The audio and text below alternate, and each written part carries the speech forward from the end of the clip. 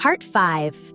The pattern that repeats. What all these figures share. Socrates, Galileo, Semmelweis, Snow, Marshall, Bloomson, Wilmshurst, Srivatsa. Their names span 24 centuries. The institutions they challenged ranged from Athenian democracy to the Roman Inquisition to the General Medical Council. Their subjects included astronomy, epidemiology, bacteriology, pharmacology, and clinical policy. What they shared was structural, not biographical. Each possessed evidence that contradicted a profitable or comfortable institutional consensus. Each initially raised concerns through legitimate channels. Each was met not with engagement, but with suppression. Each paid a personal price: exile, imprisonment, professional ruin, bankruptcy, or death that bore no proportional relation to the nature of their offense, which was simply being correct. And in every case, they were eventually vindicated. Not always in their lifetimes, not always with apology or restitution. But the record corrected itself. The Earth continued to orbit the sun. Childbed fever was eventually traced to unwashed hands. Stomach ulcers turned out to be bacterial. And the children harmed by undertrained prescribers in the NHS, those children are the footnote that the historical record always carries. The proof that the whistleblower was not catastrophizing, but simply watching. The NICE guidelines parallel compliance as moral risk. There is a facet of Dr. Srivatsa's challenge that warrants particular attention in this analysis: the transformation of NICE guidelines from advisory documents to effectively legally binding standards has established a system where clinical compliance and ethical responsibility can come into conflict. Through a series of legal precedents, from R v. North Derbyshire Health Authority, 1997, to Montgomery versus Lanarkshire, 2015.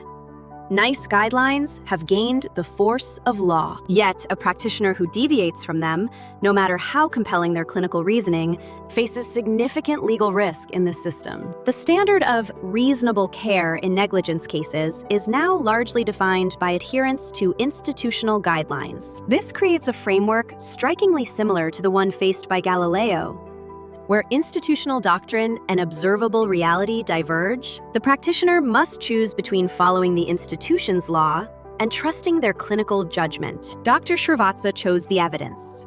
The institution chose its doctrine. As always, when that choice is made, the individual suffers consequences. The doctrine is temporarily upheld, and the course of medical history slowly shifts, at great cost, towards what the clinical evidence has been indicating all along. Conclusion: the duty that survives everything. The measure of a whistleblower is not whether they survived the institution. It is whether the truth they carried survived them. Dr. Kadiyali Srivatsa is still building. At 71, he is constructing the infrastructure for a decentralized, democratized, post-antibiotic-aware healthcare system that does not require the NHS's permission to function, the GMC's approval to operate, or any Secretary of State's endorsement to reach the communities it was built to serve. He names his ecosystem after the two women whose love shaped him: his daughter Maya, who gave her name to a medical advice system designed to protect the children he could no longer shield within the NHS, and his mother PREMA,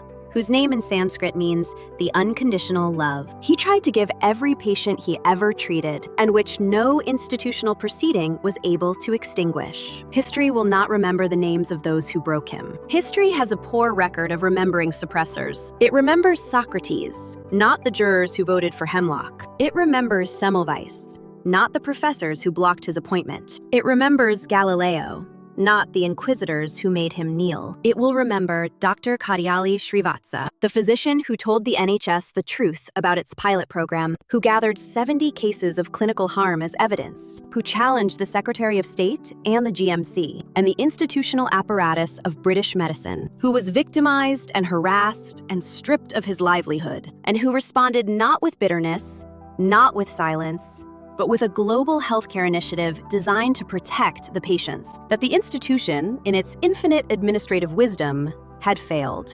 You can take action. Empower yourself with knowledge. Protect your family and community. Embrace the system that restores health into your own hands.